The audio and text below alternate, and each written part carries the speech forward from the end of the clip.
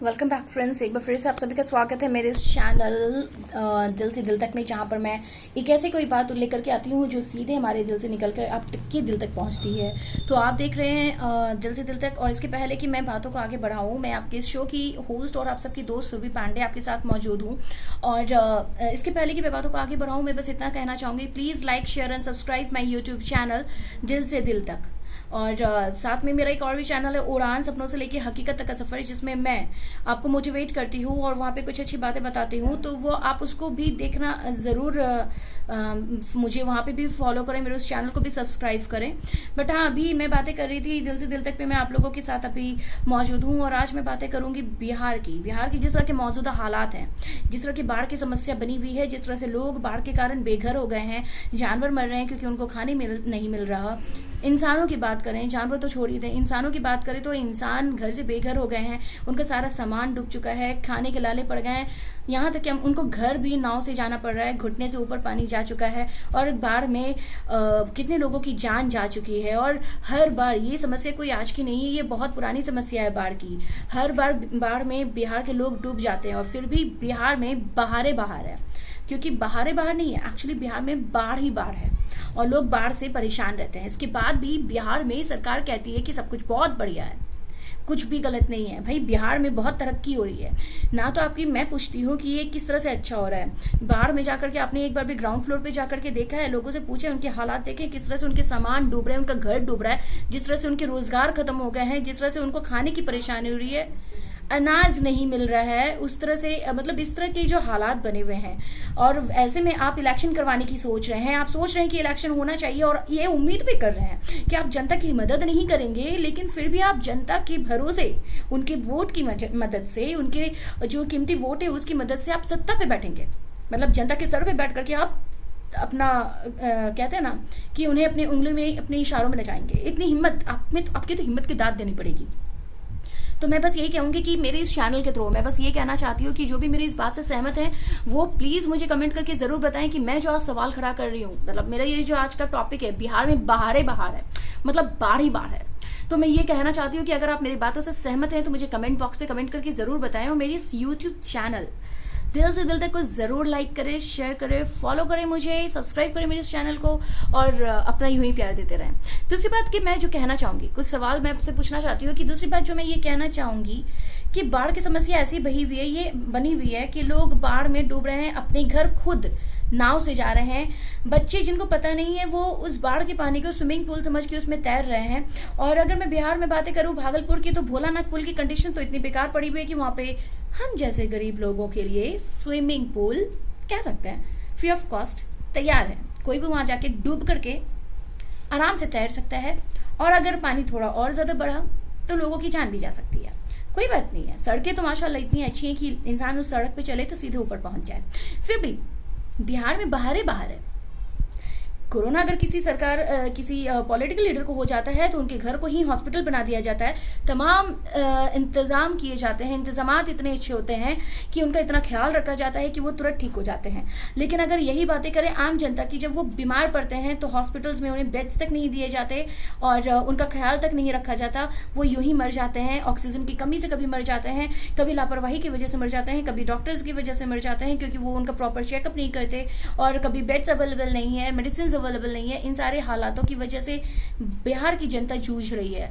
Corona virus से already परेशान थी, इतनी ज्यादा केसेस बढ़ते जा रहे हैं और सब चीज हमारी सरकार तो कहती है भाई सब नियंत्रण में, हम बहुत कुछ कर रहे हैं, इतना ज्यादा नियंत्रण में है कि लोग, इंसान ऐसे ही मरते जा रहे हैं। अगर बिहार के लोगों की बात करें खास करके, तो वो सिर्फ कोरोना वायरस से ही नहीं मर रहे हैं, बल्कि वो बाढ़ की चपेट में भी इतने गंदे तरीके से आए हैं कि पूरा का पूरा गांव डूब गया है, पूरा घर बर्बाद हो गया है, खाने को अनाज नहीं है, उनके जो फसल उन्होंने उगाए थे, जिसके बदौलत उन्होंने सोची थी कि अपनी जिंदगी वो अच्छे से चलाएंगे, वो भी खत्म हो गया है। पूरा बाढ़ में फसल तक डूब गया है। फिर भी बिहार में क्या है, बहारे बहार है। एक्चुअली बिहार में बहारे बहार नहीं है, बाढ़ ही बाढ़ है। मैं पूछती हूँ तमाम उन जितने भी सरकार अभी जिनकी है और जिनकी रह चुकी है, आप समझ रहे हैं इशारा मेरा किन की तरफ है। मैं ये पूछना चाहूंगी कि ये बाढ़ की समस्या आज की तो नहीं है, कितने सालों से, 50 सालों से लगभग चलती आ रही है ये बाढ़ की समस्या। तो आखिर इसका समाधान क्यों नहीं हुआ? आखिर ये वजह क्या है जिसकी वजह से ये समाधान नहीं निकल पाया? आखिर क्या वजह है? क्या सरकार के पास इस समस्या का समाधान नहीं है? फिर क्यों आप वोट मांगने के लिए आ जाते हैं? क्यों आप ये झूठी दिलासा, ये झूठी उम्मीद देते हैं कि आप जनता के लिए बहुत कुछ करेंगे? आपकी शिक्षा प्रणाली की अगर बात करें तो शिक्षा दर कितना बेकार है, शिक्षा प्रणाली इतनी बेकार है कि आप देख सकते हैं जाके सरकारी स्कूल्स में जाकर के देखिए कि क्या हालात बने हुए हैं। आप रोजगार की समस्या को, अगर बेरोजगारी की समस्या को आप देखेंगे तो इतना ज्यादा आपको लगेगा। अगर आपके बिहार इतना ही अच्छा है, मैं बस यही पूछना चाहूंगी नीतीश सरकार से और इसके पहले भी जिनकी सरकार रह चुकी है कि भाई अगर रोजगार व्यवस्था इतनी ही मजबूत है तो लोगों को, बिहार के लोगों को बाहर काम करने के लिए दिल्ली, मुंबई क्यों जाना पड़ता है, कलकत्ता क्यों जाना पड़ता है। अगर आप बिहार के लोगों को यहीं पे रोजगार देने में सक्षम होते तो किसी को बाहर जाने की जरूरत ही नहीं होती। शिक्षा व्यवस्था आपकी इतनी चरमराई हुई है कि यहाँ के बच्चों की स्कूल्स में जाकर के आप देखिए हालत कितनी बदतर बनी हुई है।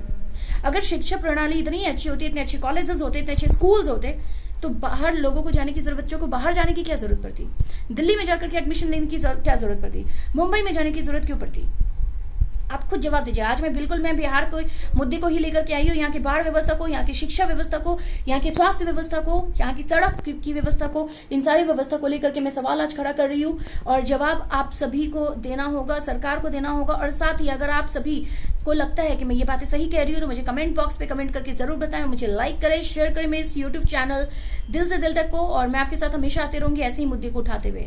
और जिस तरह से सरकार कहती है कि सब कुछ ठीक है, आत्मनिर्भर, भाई यहाँ पे तो कंडीशंस इतनी बढ़िया है ना कि आत्मनिर्भर लोग ऐसे ही कोरोना के टाइम पे तो भाई सरकार ने बता दिया, बिहार सरकार ने बता दिया कि आत्मनिर्भर बनिए आप। जनता, आम जनता मर रही है तो कोई फर्क नहीं पड़ता है। क्यों? क्योंकि उनके लिए, सरकार के लिए सिर्फ वो एक आंकड़ा है। उनके अपने लोग मरते हैं तो उन लोगों की जान की कीमत है, लेकिन अगर हम जैसे लोग, आप जैसे लोग मरते हैं तो उनकी जान की कोई कीमत नहीं है, क्योंकि हम और आप महज एक आंकड़े में आते हैं। अगर ऐसा ही होता ना, मैं बस यही सवाल करना चाह रही हूँ कि सरकार पे, सत्ता पे जो बैठे हुए लोग हैं, मैं उनसे कहना चाहती हूँ कि क्या कभी आपने अपने घर को चोर करके बाढ़ वाले इलाके में गरीब बेचारे मजदूर लोग के घर या आम गरीब लोगों के घर में जाकर देखा है? बिहार में जिस तरह से बाढ़ में घर डूब गए हैं, किसी एक के घर में जाकर के पूछा है कि आपके घर में अनाज है या नहीं? आपने एक बार भी जाकर के पूछा है कि हॉस्पिटल्स में जाके देखा है? मायागंज हॉस्पिटल, भागलपुर के मायागंज हॉस्पिटल्स की हालत बद से बदतर है। भागलपुर की छोड़िए, पटना के एनएमसीएच और पीएमसीएच हॉस्पिटल्स की हालत देखिए कि बेड्स में और ऐसी बेड्स अवेलेबल नहीं है, साफ सफाई नहीं है, डेड बॉडीज को नहीं हटाए जा रहे हैं, प्रॉपर ट्रीटमेंट नहीं हो रहा है, ऑक्सीजन की कमी हो रही है, मतलब इतने पेशेंट्स मर रहे हैं। और आईसीयू में कुत्ते, इंसान के साथ साथ कुत्ते और जानवरों का भी प्रवेश बिल्कुल भी निषेध नहीं है, मतलब उनके साथ सारे जानवर भी आ रहे हैं। तो ऐसी व्यवस्था है भाई बिहार में, बाहर है। क्या करें, ये तो बिहार है ना। और फिर भी हमारी सरकार कहते भाई सब कुछ ठीक है। भाई अब देखिए, फैसला आप लोग को करना है कि आप लोगों को अपना कीमती बहुमत दे करके किसी ऐसे सत्ता में किसी ऐसे अच्छे नेता को लाना है जो आपकी समस्या को वाकई में समझ सके, सुधार सके, आपकी समस्याओं का समाधान कर सके, या फिर यूं ही जूझते रहना है। मैं सिर्फ दो सवाल, एक सवाल जनता से, का आप लोगों को समझ में नहीं आ रहा है क्या? मतलब कान में क्या है, मतलब समझ में नहीं आ रहा है? कब तक ऐसे गरीब की तरह बेरोजगारी की समस्या से जूझते रहोगे, बाढ़ की समस्या से जूझते रहोगे, बिजली की समस्या से जूझते रहोगे, सड़क सही नहीं है उस समस्या से जूझते रहोगे, रोजगार नहीं है उस समस्या से जूझते रहोगे, शिक्षा प्रणाली सही नहीं है उस सबसे जूझते रहोगे?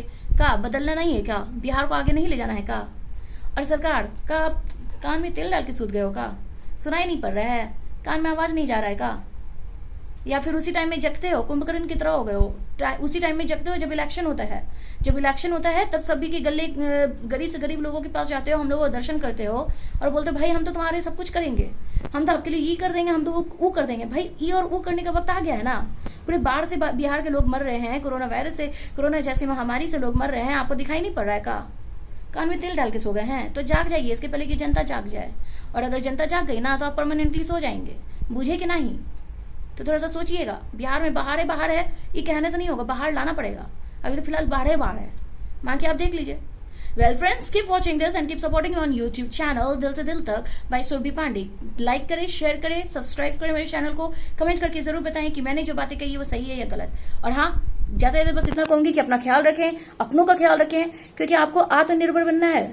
आपकी जान भी जो है ना आपके हाथ में ही है, क्योंकि सरकार के लिए तो अब सिर्फ एक संख्या है। अगर आप चाहते कि आप जिंदा रहें, आपके अपने जिंदा रहें, तो अपना ख्याल रखें, बिना मतलब का घर से बाहर नहीं निकले, प्रॉपर हैंड वॉश करें और सोशल डिस्टेंसिंग को जरूर फॉलो करें। और अपना ख्याल रखें, हमेशा पॉजिटिव रहें और मुझे देखते रहें। Bye bye, take care, love you all, जय हिंद।